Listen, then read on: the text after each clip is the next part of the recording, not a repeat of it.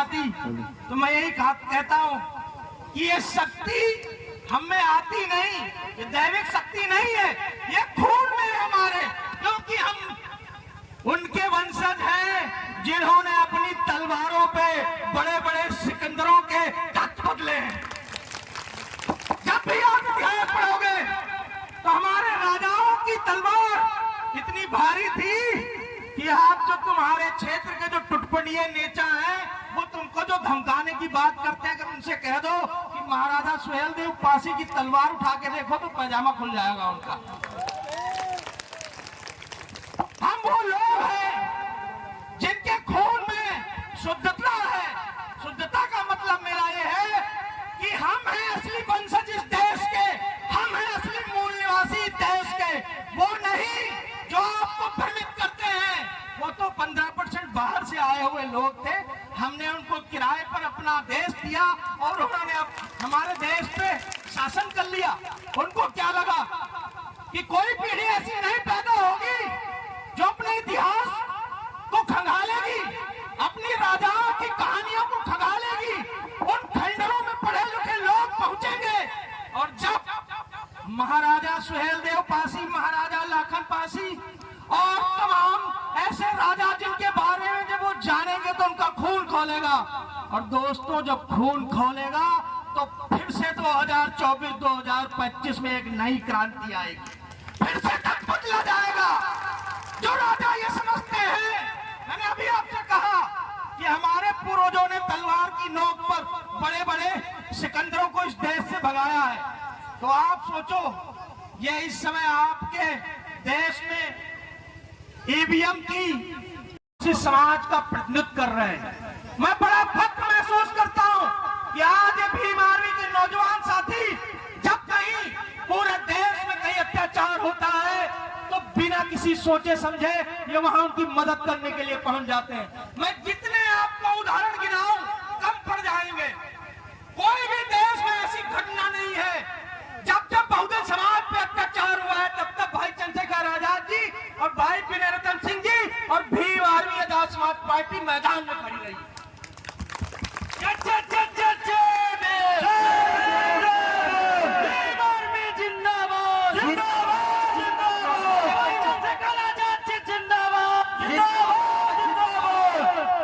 लेकिन ये सिर्फ भाई चंद्रशेखर आजाद जी से नहीं होगा, ये सिर्फ कुलदीप भार्गव से नहीं होगा।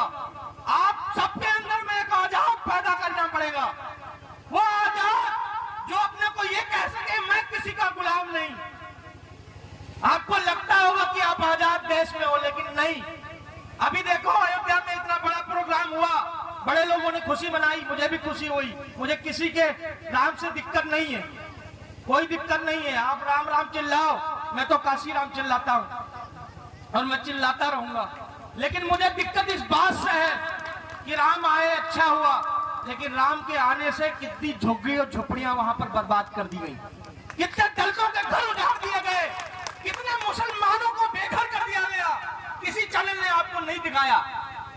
जब ये मेन स्ट्रीम मीडिया नहीं दिखाती कि आपके बीच में खड़े हुए हैं, देखो के न्यूज, ये सत्यशोधक नेशनल, ललाई दस्तक, बहुजन हरदोई, ये तमाम ऐसे बहुजन पत्रकार, जब इनके चैनलों पर जाओगे तो आपको वो घटनाएं दिखेंगी, वो झुग्गी झोपड़ियां हटाते हुए बुलडोजर दिखेंगे।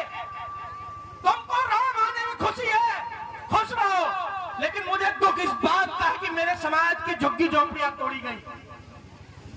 मैं इसलिए रोया उस दिन कि जब मैंने देखा वीडियो कि तमाम ऐसे मुसलमान भाई लोग जो बेघर कर दिए गए, उनको अपने घर से हटा दिया गया।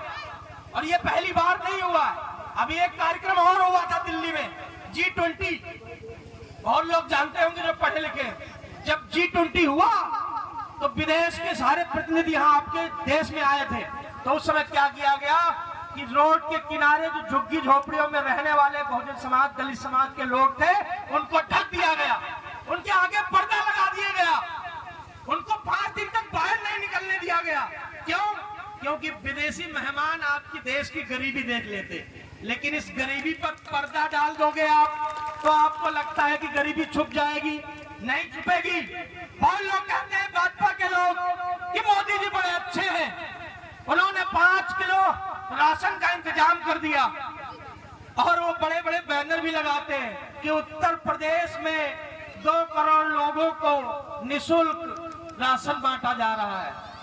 ये आपके लिए गर्व होगा, मेरे लिए शर्मिंदगी है कि आज भी मेरे प्रदेश में 2 करोड़ लोग गरीब हैं जो वो 5 किलो राशन लेने को मजबूर है। मैं नहीं चाहता, नहीं चाहिए आपका 5 किलो राशन।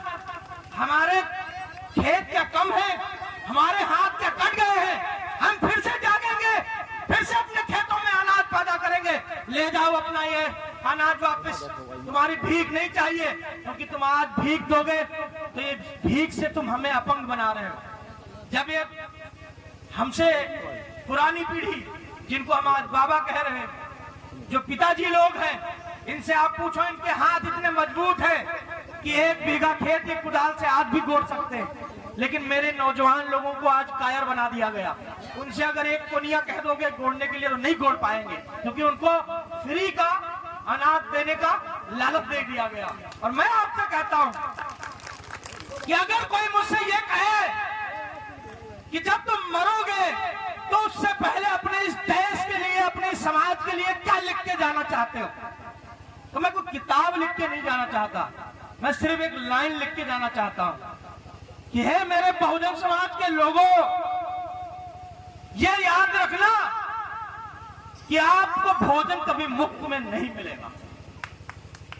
और जिस दिन तुमको ये याद रहा कि भोजन मुफ्त में नहीं मिलेगा, तो उस भोजन के लिए तुम प्रयास करोगे, उस भोजन के लिए तुम लड़ाई लड़ोगे।